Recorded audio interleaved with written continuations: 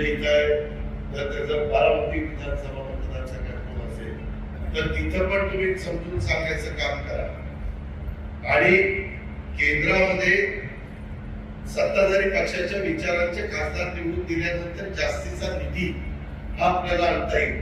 मागं काही आपल्याला शिरूर लोकसभा मतदारसंघात जास्त निधी आणता आला नाही, बारामती लोकसभा मतदारसंघात जास्त निधी आणता आला नाही, कारण उमेदवार तिथले खासदार हे मोदी साहेबांच्यावर टीका टिप्पणी करणारे होते आणि त्याच्यामुळे या समस्येला आपल्याला सगळ्यांना सामोरं जावं लागलं.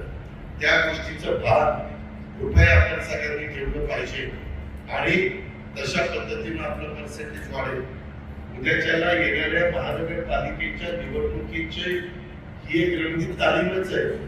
या निमित्तानं तुम्हाला पण मतदारांची ओळख होईल, ज्यांना पुढं नगरसेवक व्हायचंय त्यांची पण ही रंगीत तालीम होईल आणि त्याच्यातून नवीन कार्यकर्ता पण तयार होतो.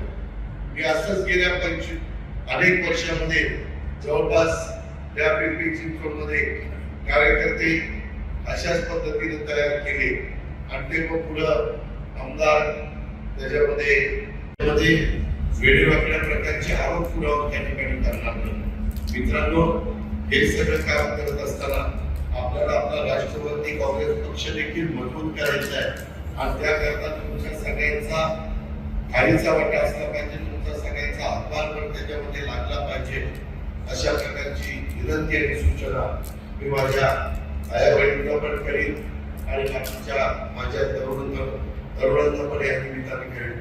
आज जरा महिलांची संख्या कविताताई फारच रोडावलेली दिसते. हे जर महानगरपालिकेचं तिकीट वाटप असतं तर निम्म्याच्या वर महिलाच बसल्या असतात. अहो, आता मोदी सरकारने 2029ला नीट त्या ठिकाणी ऐका, तुम्ही सगळ्यांनीच त्याची नोंद घ्या.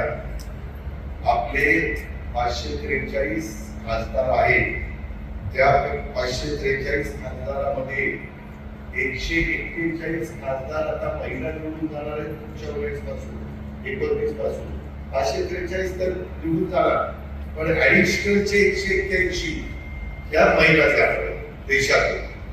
आणि महाराष्ट्रात आम्ही 288 आमदार काम करतो, तिथं 288 पुरुष स्त्री मिळून जाणारच, पण निव्वळ त्या सोडून 86 आमदार त्या महिला जाणार. आता महिलांना एवढी संधी मिळते म्हटल्यावर तिथं म्हणतात किंवा इथं म्हणतात तर दिसत तिकीट वगैरे कसं घ्या, दादा तिकीट द्या, दादा तिकीट द्या, इथे घ्यायला काय होतं. तर त्याची नोंद तुम्ही घ्या, तू पण घे, बाकीच्या पण सगळ्यांनी त्या बाबतीतली नोंद म्हणताताई तुम्ही पण सगळ्यांनीच घ्या. अशा प्रकारची माझी तुम्हाला सगळ्यांना सूचना आहे.